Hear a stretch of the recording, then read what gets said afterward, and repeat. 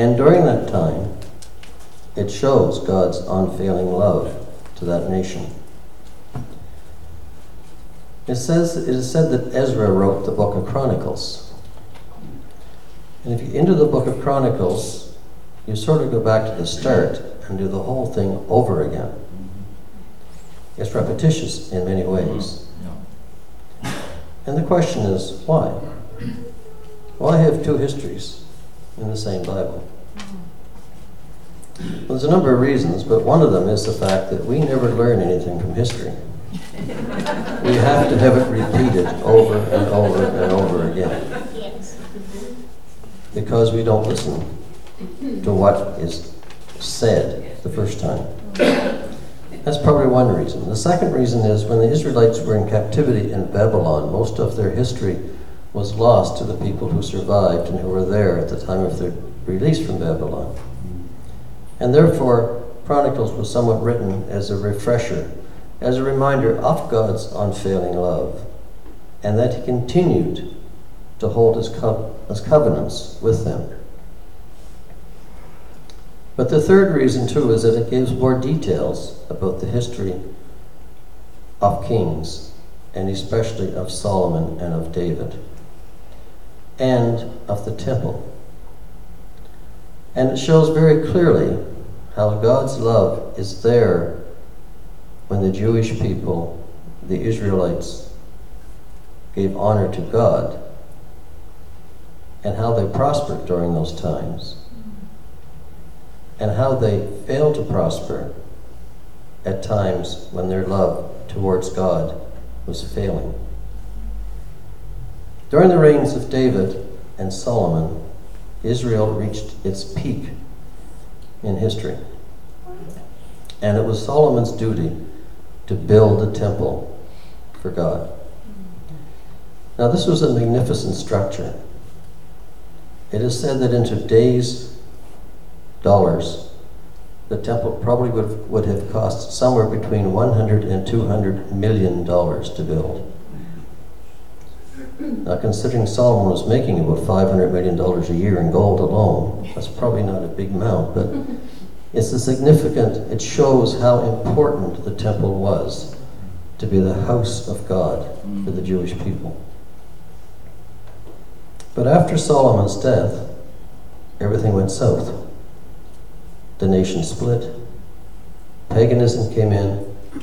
The temple went down. Pagan worship developed in the temple. It became not a very pleasant sight. And throughout most of the reigns of the kings, the temple was in disrepair and disrepute. Hezekiah came to power and he built the temple up again. When he died, it diminished again and paganism came back in. When King Josiah came in, the temple was built up once more. And after he died, it went into devolution once more until the date of its destruction, when the Jewish people were taken into captivity in Babylon. The temple kept being built up and knocked down. When the Jewish people were faithful to God and honored him and turned to him and worshipped him, the temple prospered and the Jewish people prospered. When they were dishonorable to God, worshipped other gods, lost favor with Jehovah, the temple went into disrepute. Other gods were worshipped, and the Jewish nation suffered and was finally destroyed, just as God promised it would be in Deuteronomy. The temple was the center of worship. And the books of Chronicles tell us about the rise and the fall over the years of this building and of the house of God. So how does that apply to us? Well, 1 Corinthians says this: now, we are the temple of the Holy Spirit. Yes. Know you not that you are a temple of God, and that the Spirit of God dwells in you? If any man destroys the temple of God, him shall God destroy. For the temple of God is holy, and so are you. The temple has been removed from a building in Jerusalem, now to ourselves. And as a result, we become the building that is built up when we praise, honor God, or can be destroyed when we no longer worship God. That's right. Verse 16 of Corinthians, 2 Corinthians chapter 6 says, "And what agreement has the temple of God with idols? For we are a temple of the living God, even as God said, I will dwell in them and walk in them, and I will be their God, and they shall be my people. Yes. Therefore come out from among them and be separate." Is it any wonder that people who attend church on a regular basis, that means pretty well weekly or twice a week, and have a relationship with God, are said, and medical science has confirmed it to some degree, are said to live an extra 8 to 10 years longer than the average person. They have fewer ailments than the average person.